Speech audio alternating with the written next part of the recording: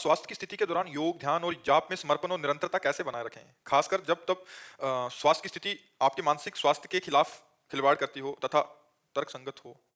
यदि हमें पता है कि शरीर खराब हो रहा है, ये छूटेगा आज नहीं तो कल छूटेगा, तो जो छूटने वाला है उसको क्या पकड़ना? राधा, राधा, राधा, राधा, राधा जैसी परिस्थिति स्थिति है, उसको सहते जाओ, नाम जपते जाओ, नाम में बल मिलेगा क्योंकि आपके पास नाम बल नहीं है ना, प्रभु का नाम बल नहीं है, इसीलिए आप परेशान हो रहे हो।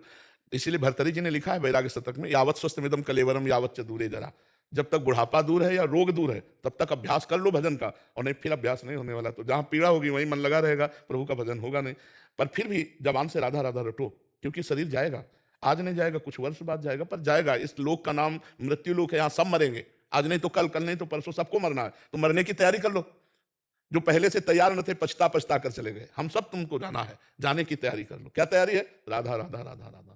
किसी को दुख मत पहुंचाओ, किसी को किसी भी प्रकार से परेशान मत करो, हृदय को प्रसन्न रखो, धर्मपूर्वक विषय सेवन करो और नाम जप करो, और जो कष्ट आवे उसे सह लो तो बढ़िया मंगल हो जाएगा। कष्ट तो सहना ही पड़ेगा, जब भगवान अवतार लिए तो कष्ट सहना पड़ा भगवान को। वनवास, सीता जी का हरण, महाराज दशरथ जी का पधार जाना, कितना बड़ा, पूरी अयोध्या व्याकुल रही 14 वर्ष भगवान से। तो यहाँ जब भगवान अवतरित हुए तब तो चैन संसार ने लेने नहीं दिया, तो हम लोग तो जीव हैं, कैसे चैन ले पाएंगे? इसलिए नाम जप करो, भगवान का आश्रय लो, और सब योगों का योग है भगवान का चिंतन। अगर भगवान का चिंतन नहीं तो पद्मासन लगा के प्राणवायु रोकने से परमात्मा की प्राप्ति नहीं हो जाती। सच्चा योग है चित्तवृत्ति का निरोध करके परमात्मा में स्थित करना। तो सीधे ऐसे राधा राधा बोल रहे हैं, एक दिन मन अपने आप किशोरी जी में लग जाएगा। राम राम बोल रहे हैं, मन एक दिन अपने आप प्रभु में लग जाएगा। जो हम बार बार बोलते हैं, जो देखते हैं, जो सुनते हैं, वही मन हमारा चिंतन करता है। तीन बातों पर अगर हम अंकुश कर लें तो हमारा भजन बन जाए। हम गलत न देखें, गलत न सुने, गलत न बोलें, प्रभु को देखने की चेष्टा करें, सब में भगवान विराजमान है, और नाम जप करें, और वाणी से नाम कीर्तन करें, कान से भगवान की कथा सुने, भगवान में भजन में रुचि हो जाएगी। आप देख लीजिएगा, इन तीन का बड़ा प्रभाव है, आंख, कान और जबान। अगर इन तीन को हम सही कर लें तो सब सही हो जाएगा। श्रवणम कीर्तनम वही स्मरणम। जो हम श्रवण करेंगे, कीर्तन करेंगे, वही हमारी स्मृति में आ जाएगा। इसलिए खूब नाम जप करो, शरीर की चिंता न करो। सब को इसका शरीर सही है, कलयुग है।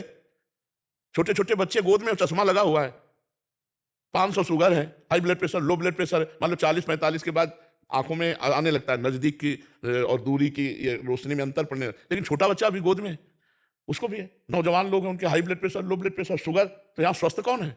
जो भगवान का चिंतन कर ले वही खास बात है, नहीं तो कब कहाँ कैसे शरीर छूटे कुछ पता नहीं है। शरीर की ज्यादा चिंता ना करें, जो दुख आवे हमारे किए हुए पाप हैं, हम उनको भोग लेते हैं, खूब नाम जप करते हैं। अब योग का तो समय नहीं रह गया, योग लायक शरीर नहीं रह गए हैं। हमें जो प्राणवायु का संशोधन करके आसनों पर बैठने का अभ्यास, वो भोगी पुरुषों के द्वारा नहीं होता, और हमारे शरीर सब भोगी हो रहे हैं। योग के लिए जो हमें चाहिए, सबसे पहले चाहिए ब्रह्मचर्य। अष्टांग योग की प्रारंभ की सबसे पहली भूमिका है ब्रह्मचर्य। अगर ब्रह्मचर्य नहीं है तो कोई भी योग नहीं चल पाएगा, भक्ति योग भी नहीं सही चल पाएगा, क्योंकि व्यभिचारी भक्ति थोड़ी कर सकता है, व्यभिचारी ज्ञान मार्ग में थोड़ी जा सकता है, व्यभिचारी योगी थोड़ी हो सकता है। और आजकल व्यभिचार तो मनोरंजन माना जाता है। ये boyfriend girlfriend live in relation, ये क्या गंदगी, खूब बढ़ रही है गंदगी, खूब चल रही। हमें लगता है कोई ऐसा बिरला होगा जो ब्याह के पहले ब्रह्मचारी रहे, चाहे लड़की हो चाहे लड़का हो, चाहे बच्चा हो चाहे बच्ची हो, कोई बिरला ऐसा, चाहे किसी भी क्रिया से वो ब्रह्मचर्य का नाश करता है। आज ऐसी नवीन पीढ़ी में मलिनता फैलती चली जा रही है कि ये बिल्कुल लाखों में जो सत्संगी होगा वही, अन्यथा सब बच्चे बच्चियां परमार्थ से, अध्यात्म से जो दूर है वो गिरते। वो योग कैसे धारण करेंगे? योग के लिए सबसे पहला चाहिए ब्रह्मचर्य, जिससे हम कम से कम 2 घड़ी 48 मिनट बिना हिले डुले पद्मासन या सिद्धासन में शांत बैठ सके, फिर 3 घंटा तक अभ्यास ले जाए। तो पहले आसनों का अभ्यास हो, फिर लेकिन इन सबका फल क्या है? भगवान का चिंतन करना। वो आराम से कर सकते हो, कुर्सी में बैठ के कर सकते हो, खड़े होके कर सकते हो, चलते हुए, सेवा करते हुए, उठते बैठते चलते फिरते। यदि आप राधा राधा जप रहे हो, कृष्ण कृष्ण जप रहे हो, राम राम जप रहे हो, सबसे बड़ा योग हो रहा है। सब साधन कर यह फल सुंदर, प्रभु पद पंकज प्रीति निरंतर। समस्त साधनाओं का ये सुंदर फल है कि भगवान के चरणारविंद का निरंतर चिंतन होता रहे। बस चिंतन खास बात है, और वो शरीर अच्छा हो या ना हो। राधा राधा कहने में क्या जरूरत? जबान काम कर रही है, कर रही ना, राधा राधा राधा राधा, फिर आप देख लेना, ठीक है। कर्म